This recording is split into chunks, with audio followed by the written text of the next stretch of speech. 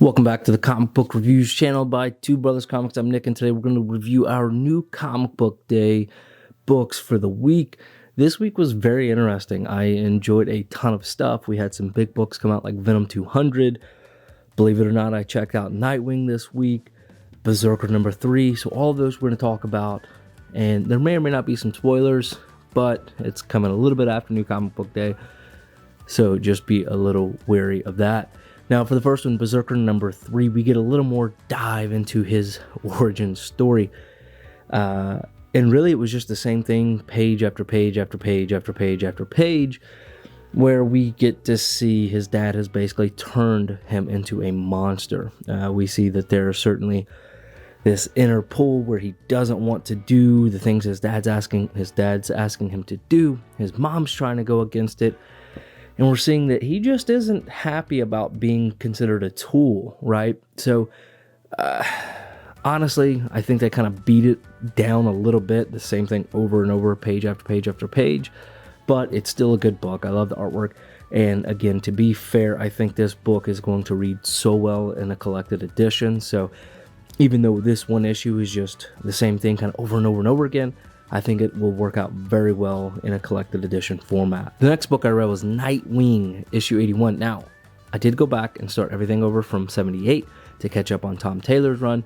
Very interesting. I'll be honest with you. I'm kind of a fan of what's happening right now. Everybody said you'll love it, you'll enjoy it. Definitely go check it out. I am. I'm enjoying what's happening.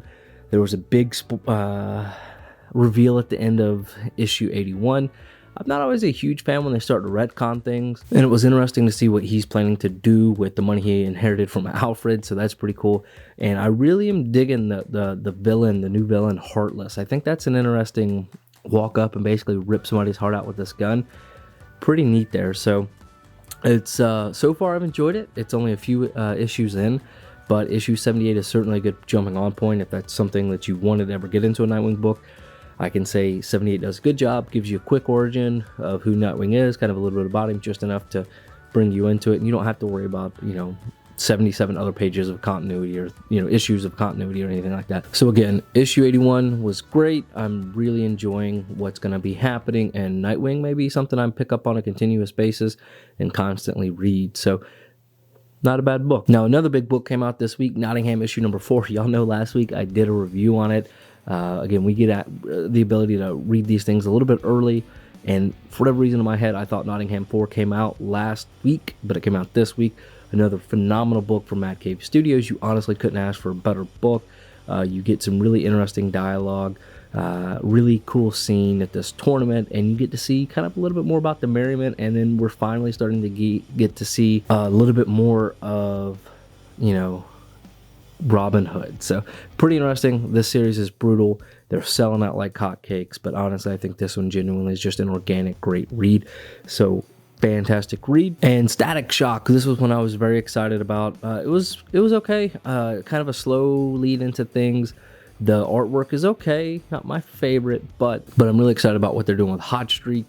He was always one of my favorite villains in the show. And in the book, I mean, they jump right into it, literally, almost immediately. So if you really want that Static Shock, Hot Streak, it's definitely more of a, we'll say contemporary, a more modern take on the story, right? It's been brought up to current times. We'll see what happens with it, but overall, I'm enjoying it. I think it's going to be a cool long-term read, hopefully. But I'm just glad to see Static Shock returning back to comic books.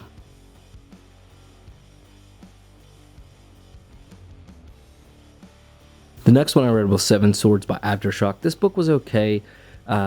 Basically, at the core of it, this gentleman, he's going to have to go around, collect all of the best seven swordsmen from all different types of world. It was fine. The artwork was good. I don't know. There was something there that was missing. Maybe by the time I was reading everything, I just lost interest.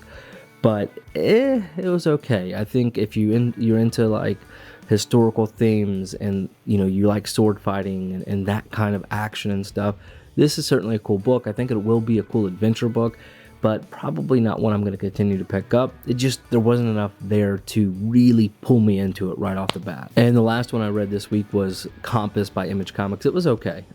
Interesting concept, kind of these treasure hunters at the beginning, and a lot of it was just sitting around this village, chatting, talking, creating some dialogue. There wasn't a whole lot that happened.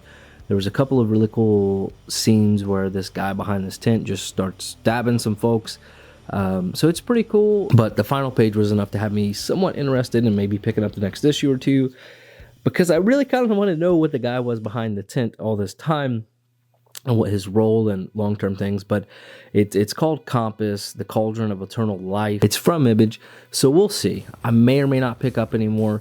It was an okay story, but just, again, another one of those that with the first issue, I didn't feel like there was enough for me personally to pull me in, right? What I will tell you guys is my top pick for this week is, to be honest with you, Nightwing. I enjoyed the heck out of it. It would have been Nottingham had I not already picked it for last week. Nottingham's just a great book, it really is. But Nightwing, super awesome. Heartless, I think, is going to be a great villain long term. Hopefully they play this out a little bit. I think I'd like to see it develop a little more.